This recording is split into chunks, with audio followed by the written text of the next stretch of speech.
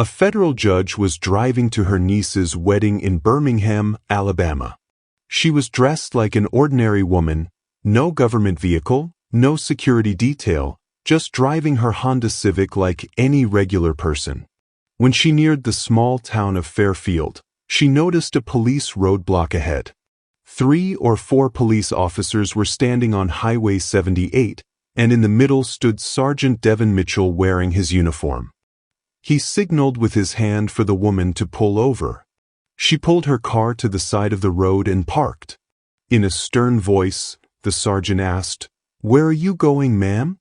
The woman calmly replied, "I'm going to my niece's wedding." Sergeant Mitchell looked her up and down. The woman was a 52-year-old distinguished black woman whose name was Judge Raina Washington.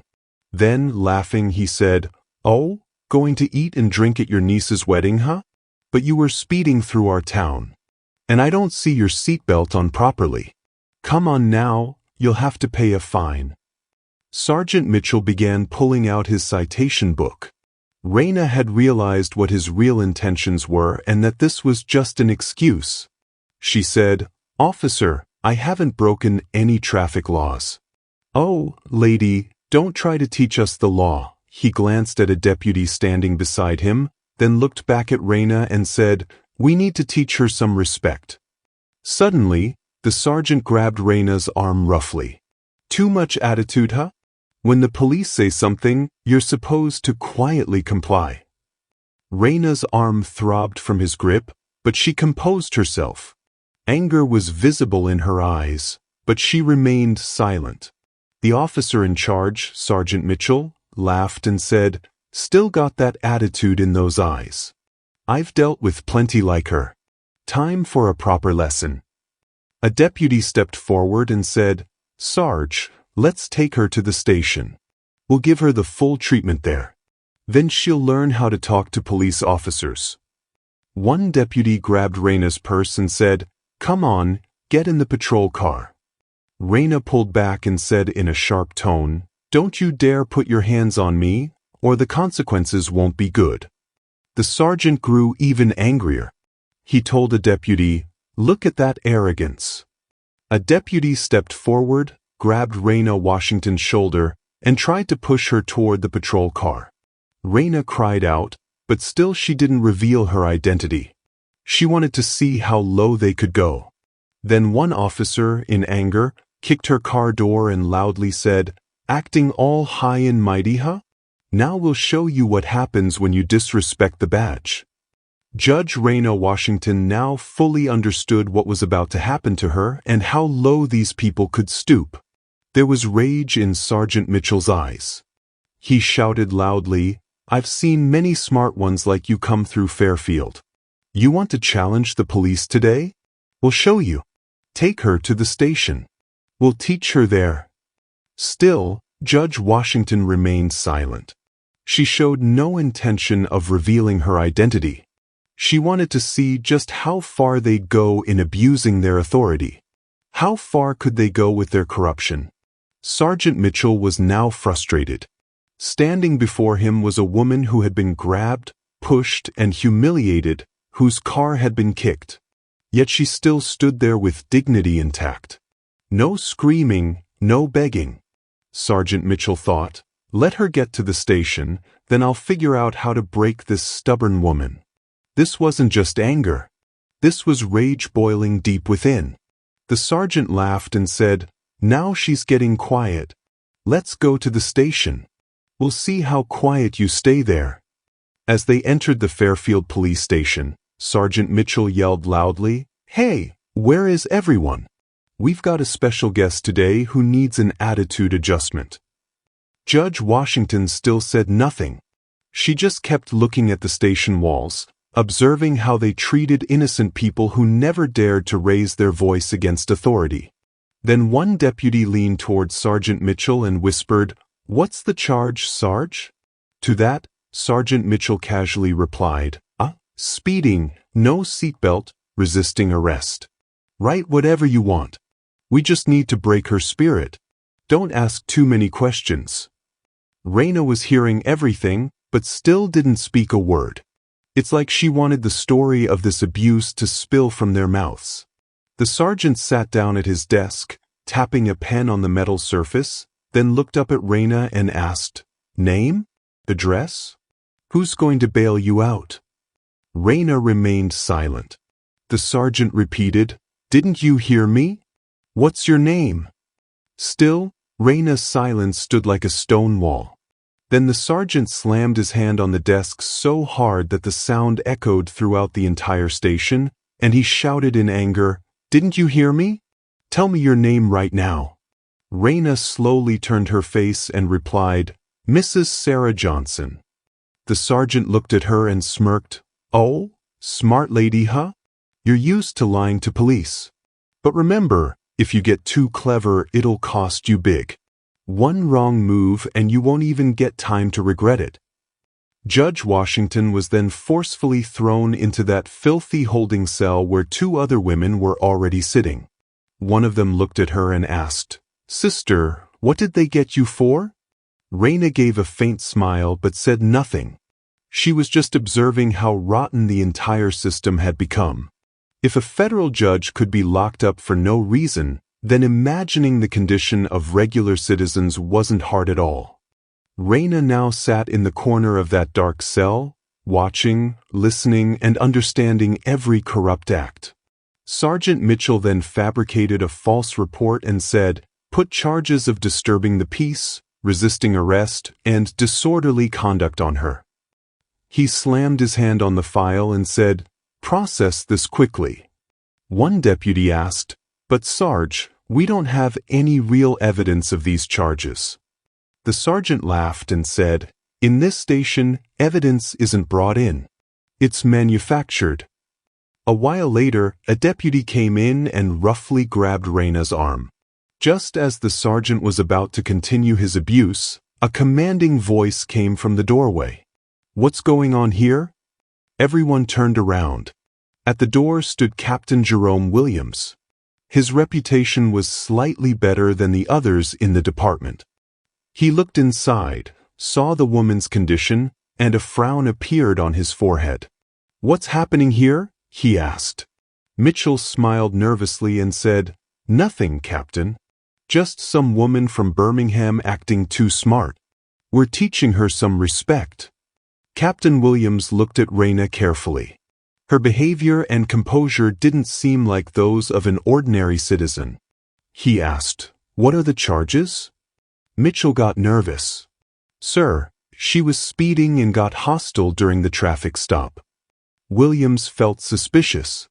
He asked Raina, "Ma'am, what's your name?"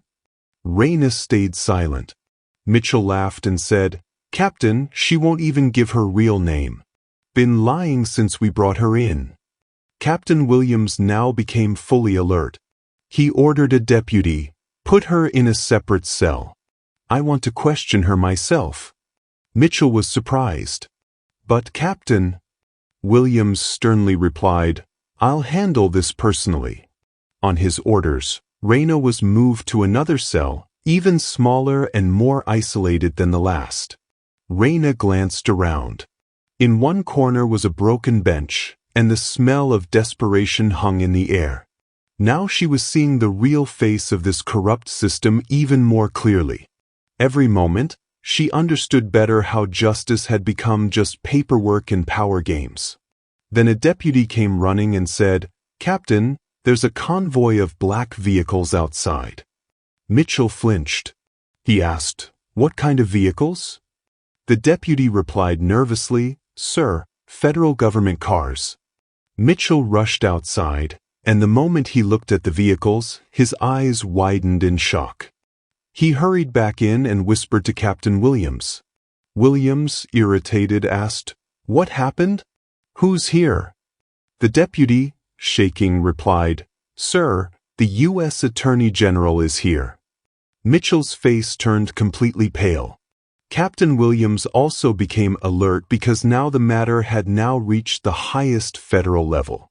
The Attorney General stepped into the station, and anger was visible in his eyes. He looked at Mitchell and asked in a sharp voice, "Sergeant Mitchell, what kind of operation are you running here?" Mitchell, flustered, replied, "Nothing unusual, sir. Just routine police work." The Attorney General picked up the arrest file from the desk and read it carefully. A deep frown appeared on his forehead. Then he looked toward the holding cells and asked, "Who is the woman you arrested?" "Sir, just some troublemaker who wouldn't cooperate during a traffic stop." The Attorney General asked, "Do you have any legitimate evidence for these charges?" He asked again, more firmly, "Do you have any evidence whatsoever?" Now Mitchell was completely trapped. The Attorney General walked directly to the holding cell and asked the woman, "Ma'am, what is your name?"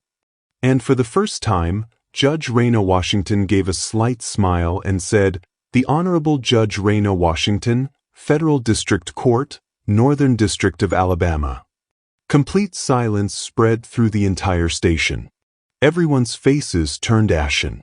Mitchell's hands and legs started trembling. All the other deputies stood in shock. The ground beneath Mitchell's feet vanished. The officer he thought was just another black woman to harass was the federal judge who presided over cases in the entire Northern District of Alabama. She was not just any citizen. She was the Honorable Judge Raina Washington herself, the woman who had been grabbed on the street, whose car had been kicked, who had been thrown into a cell like a common criminal. And as soon as this revelation came out, chaos erupted in the entire station. All the deputies froze in shock. The Attorney General looked sharply at Sergeant Mitchell and angrily said, "Mitchell, how dare you place false charges on a federal judge?" Mitchell tried to say something, but before he could, Captain Williams, standing nearby, shouted, "Sir, I told them something seemed off about this arrest." Now Mitchell was completely isolated. Then Judge Washington, in her calm but authoritative voice, announced her verdict. "Sergeant Mitchell, your career in law enforcement is over. You're under arrest for civil rights violations, false imprisonment, and abuse of authority." Hearing this, Mitchell felt like he couldn't breathe. The other officers turned their faces away from him. Captain Williams immediately shouted, "Deputy Johnson, arrest him and read him his rights." But just then Mitchell pulled out a folded document from his pocket, smiling as he said, "Wait, Your Honor. Take a look at this first, then do whatever you want." He showed the paper. Both the Attorney General and Judge Washington looked at him intently. Mitchell said, "Here's my retirement paperwork. I submitted it 3 days ago. Now no matter how angry you are, you can't destroy my pension." The entire station fell silent again. Judge Washington took the paper and examined it. The Attorney General, narrowing his eyes, looked sharply at Captain Williams and said, "Go verify if this document is legitimate." Williams checked the computer records, lifted his head and said, "Sir, it's real. But his retirement doesn't take effect for another week. That means he was still an active officer when he committed these crimes. His pension is now forfeit, and he faces federal criminal charges." Judge Washington looked him in the eye and said, "Your new address will be the same type of cell where you put innocent people." The Attorney General nodded in agreement. As 2 deputies stepped forward to arrest him, Mitchell played his final card. "Wait, Your Honor. I'm not the only one involved. Do you think all the blame is just mine?" Then he pointed toward the other officers in the station and said, "Half of them were in on it. We've been running this scheme for years." Several officers' faces lost all color. Captain Williams began looking at each one, realizing the scope of the corruption. Judge Washington looked at the Attorney General and said, "Now we'll have to clean out this entire department. No one involved will be spared." The Attorney General replied, "As you recommend, Your Honor. Everyone will be held accountable." The moment those words were spoken, it felt like lightning had struck the station. Outside, local news reporters who had followed the federal convoy began setting up their cameras, sensing that something major was happening inside the station. When they learned that an entire police department was being investigated for civil rights violations, they immediately started broadcasting live updates. A black SUV pulled up and stopped in front. The door opened, and the FBI special agent in charge stepped out. He looked around at the scene: federal agents, local police, and media crews. "How long has this corruption been going on?" he asked the Attorney General. But both the Attorney General and Judge Washington stood with grim expressions. At that moment, Judge Washington looked directly at the FBI agent and said, "Agent Davis, this investigation needs to go deeper. I suspect this pattern of abuse extends beyond just this department." Captain Williams immediately pulled out a thick file and handed it to Judge Washington. That file contained evidence of misconduct that reached into the county sheriff's office and even the district attorney's office. Judge Washington held the file and said to the FBI agent, "Here, all their corrupt practices are documented. This goes much deeper than we thought." Sweat started forming on the FBI agent's forehead as he realized the scope of the investigation that was about to unfold. Without delay, the Attorney General announced loudly, "I'm calling for a federal task force to investigate civil rights violations throughout Jefferson County. Every officer, every official who participated in this systematic abuse will face federal charges." The entire station was stunned. For the first time, someone had publicly challenged such widespread corruption at the local level. As soon as the federal investigation was announced, a storm of change swept across Jefferson County. The story reached national news networks.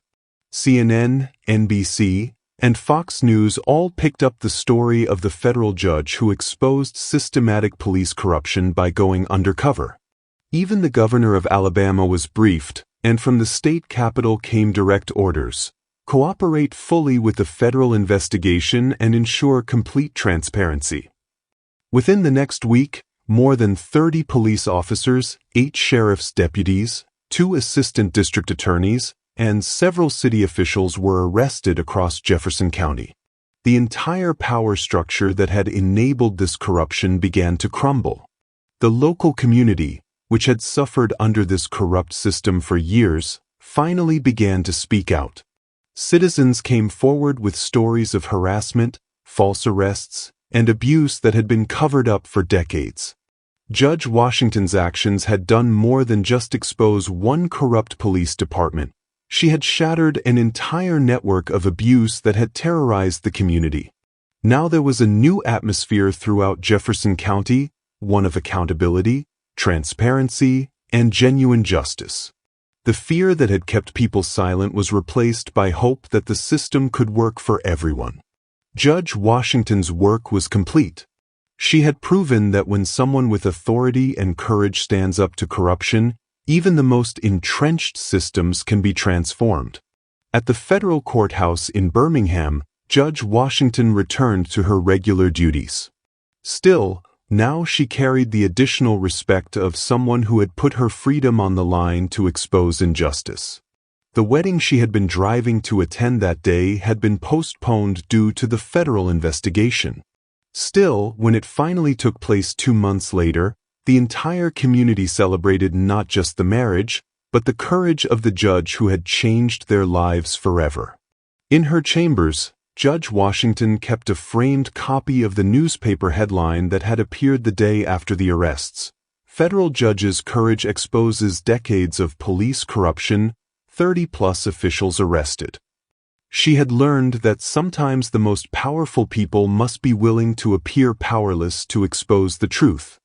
Sometimes justice requires not just wearing the robes of authority, but being willing to take them off and stand with those who have no voice. If this story inspired you and showed you that one person's courage can change an entire system, please like this video and share it with someone who needs to see that justice is still possible. Don't forget to subscribe for more stories about the power of standing up for what's right, even when it costs you everything. Remember, real change happens when people in positions of power choose to use that power not to protect themselves, but to protect those who cannot protect themselves.